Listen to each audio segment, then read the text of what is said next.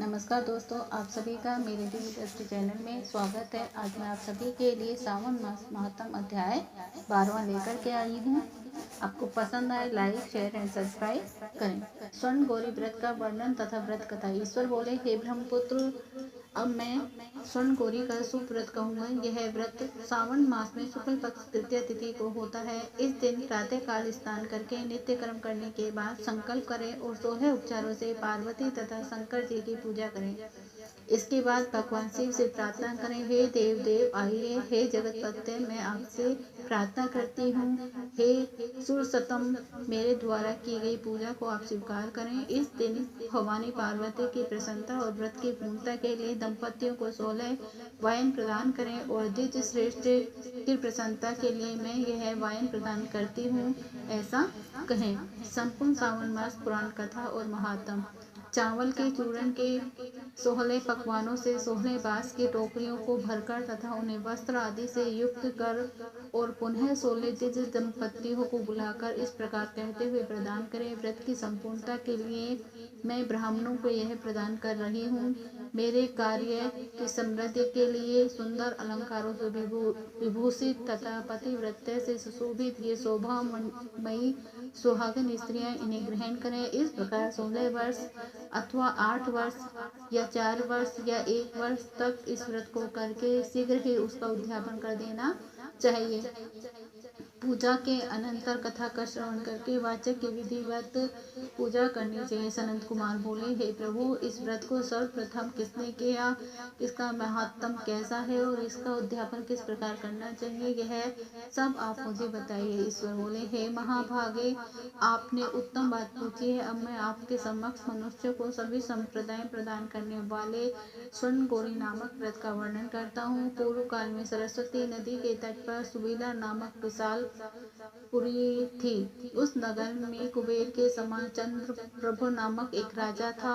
उस राजा की रूप लावण्य से संपन्न सौंदर्य तथा मंद मुस्कान से युक्त और कमल के समान नेत्रों वाली महादेवी और विशाला नामक दो भार्याएं थी। उन दोनों में ज्येष्ठ महादेवी नामक भार्या राजा को अधिक प्रिय थी। आखेट करने में आसक्त मन वाले वे राजा किसी समय वन में गए और सिंहों, सादुलों, शुक्लों, वन्य भैंसों तथा हाथियों को मारकर प्यास से आकुल होकर उस घोर वन में इधर उधर भ्रमण करते रहे। राजा ने उस वन में चकवा चकवी तथा पतकों से युक्त भंवरों तथा पिकों से समन्वित और विकसित मल्लिका, चमेली, कुमुद तथा कमल से सुशोभित अप्सराओं का एक सुंदर सरोवर देखा। उस सरोवर के तट पर आकर उसका जल पीकर राजा ने भक्ति पूर्वक गौरी का पूजन करती हुई अप्सराओं को देखा।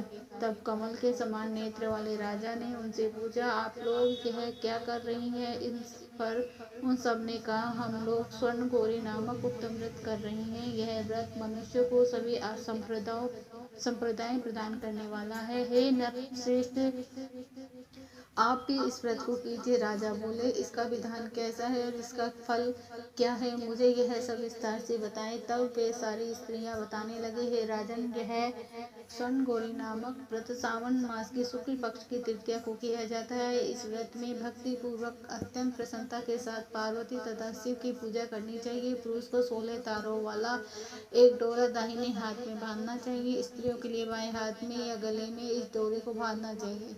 यह सब सुनने के बाद संयत चित्त वाले राजा ने भी उस व्रत को संपन्न करके 16 धागों से युक्त डोरे को अपने दाहिने हाथ में बांध लिया। उन्होंने कहा, हे देवीश्री, मैं इस डोरे को बांधता हूँ, आप मेरे ऊपर प्रसन्न हो और आप मेरा कल्याण करें। इस प्रकार देवी का व्रत करके वे अपने घर आ गए। राजा के हाथ में डोरा देखकर ज्येष्ठ रानी महादेवी ने पूछा और सारी बात सुनकर वह राजा के ऊपर अत्यंत कुपित हो उठी। राजा ने कहा, ऐसा मत करो।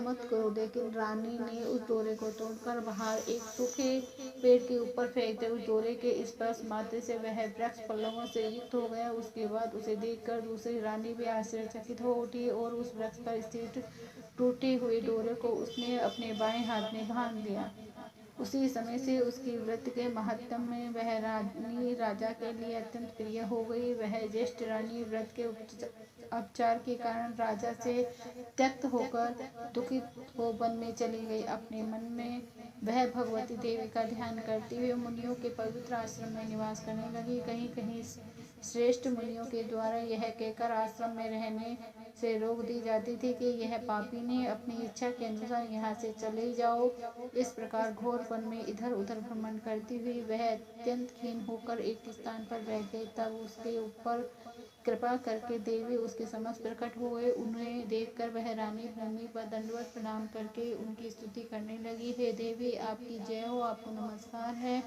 हे भक्तों को वर देने वाली, आपकी जय हो। शंकर के वाम में विराजने वाली, आपकी जय हो। हे मंगल मंगले, आपकी जय हो। तब देवी की भक्ति के द्वारा वरदान प्राप्त करके और गौरी की अर्चना करके उसने जो व्रत किया उसके प्रभाव से रानी के पति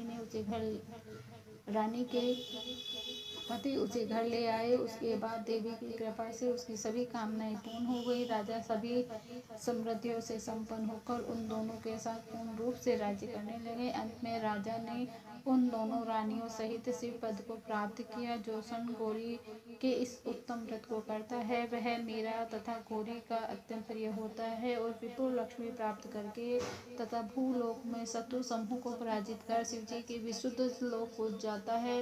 हे सनत कुमार, आप दत्तचित्त होकर इस व्रत के उद्यापन की विधि सुनिए। चंद्रमा तथा तारा बल से युक्त शुभ तिथि तथा शुभ वार में एक मंडप बनाकर उसके मध्य में अष्टदल कमल के समान धान्य रखकर उस पर एक कुंभ स्थापित करें। पुनः उसके ऊपर 16 पल प्रमाण का बना हुआ एक तिलपूर्वी ताम्र में पूर्ण पात्र रखें। उस पर पार्वती शंकर की 2 प्रतिमाएं स्थापित करें। शिव जी की प्रतिमा श्वेत वर्ण के 2 वस्त्र तथा शुक्ल वर्ण के यज्ञोपवीत से सुशोभित हो। इसके बाद वेदोक्त मंत्रों से विधि पूर्वक उनकी प्रतिष्ठा करें और भली भांति पूजा करके रात्रि में जागरण करें।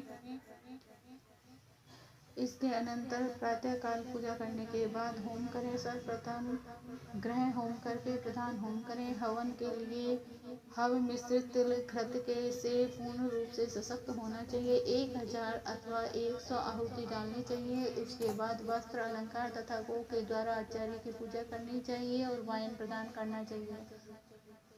इसके बाद ब्राह्मणों को भोजन कराना चाहिए। साथ ही 16 दंपतियों को भी भोजन कराना चाहिए। अपने द्रव्य सामर्थ्य के अनुसार उन्हें भूयसी दक्षिणा देनी चाहिए। अंत में हर्ष उल्लास से युक्त होकर बंधुजनों के साथ स्वयं भोजन करना चाहिए। इस प्रकार श्री स्कंद पुराण के अंतर्गत ईश्वर सनत कुमार संवाद में सावन मास महात्म्य में तृतीया में स्वर्ण गौरी व्रत कथन नामक 12वां अध्याय पूर्ण हुआ। श्री शिवाय नमस्तुभ्यं, श्री शिवाय नमस्तुभ्यं, श्री शिवाय नमस्तुभ्यं।